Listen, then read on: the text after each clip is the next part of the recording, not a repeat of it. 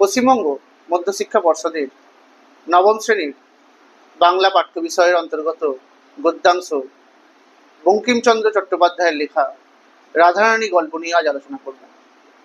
এই রাধারানী নামক পাঠ্যাংশটি বঙ্কিমচন্দ্র চট্টোপাধ্যায়ের বিখ্যাত উপন্যাস রাধারানী উপন্যাসের প্রথম পরিচ্ছেদ থেকে নেওয়া হয়েছে। এই রাধারানী উপন্যাসটি 1282 বঙ্গাব্দে বঙ্গদর্শন পত্রিকায় সম্পাদিত হয়েছিল। পরে 1886 খ্রিস্টাব্দে এই উপন্যাসটি প্রথম আলাদা বই আকারে প্রকাশ পায়। 1893 খ্রিস্টাব্দে বঙ্কিমচন্দ্র চট্টোপাধ্যায় এই উপন্যাসের কাহিনী কিছুটা পরিবর্তন এবং আরও বড় করে এর নতুন সংস্করণ প্রকাশ করেছিলেন। এই রাধারানী উপন্যাসের সংক্ষেপিত অংশ তোমাদের পাঠ্যাংশ হিসেবে তুলে দেওয়া হয়েছে। এই পাঠ্যাংশে প্রধান চরিত্র রাধারানী নামক এক বালিকা, যার বয়স 10 কি 11 বছর।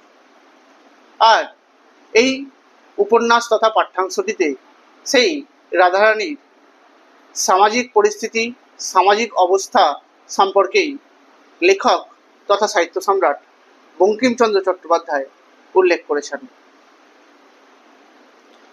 এই রাধারানী নামে এক বালিকা মাহেশে রথ দেখতে গিয়েছিল। বালিকার বয়স তখনও 11 পরিপূর্ণ হয় নাই।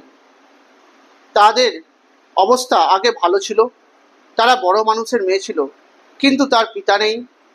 তার মায়ের সঙ্গে একজন জ্ঞাতির একটি মোকদ্দমা অর্থাৎ মামলা হয়েছিল।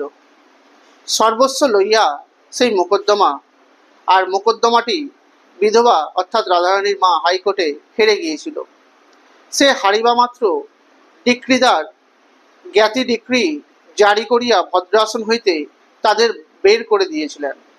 ভদ্রাসন হচ্ছে রাধারানীদের সেই বাসস্থান বা নিবাসটির নাম ছিল ভদ্রাসন। তাদের প্রায় 10 লক্ষ টাকার সম্পত্তি ডিক্রিদার সকলেই নিয়ে নিয়েছিল। খরচা এবং ওয়াসিলাত দিতে তাদের নগদ যা ছিল সেটাও চলে গিয়েছিল। রাধারানীর মা অলঙ্কার সমূহ বিক্রয় করে প্রিভি কাউন্সিলে একটি অ্যাপিল করেছিলেন, কিন্তু আর তাদের আহারের সেই সংস্থানটুকু থাকলো না।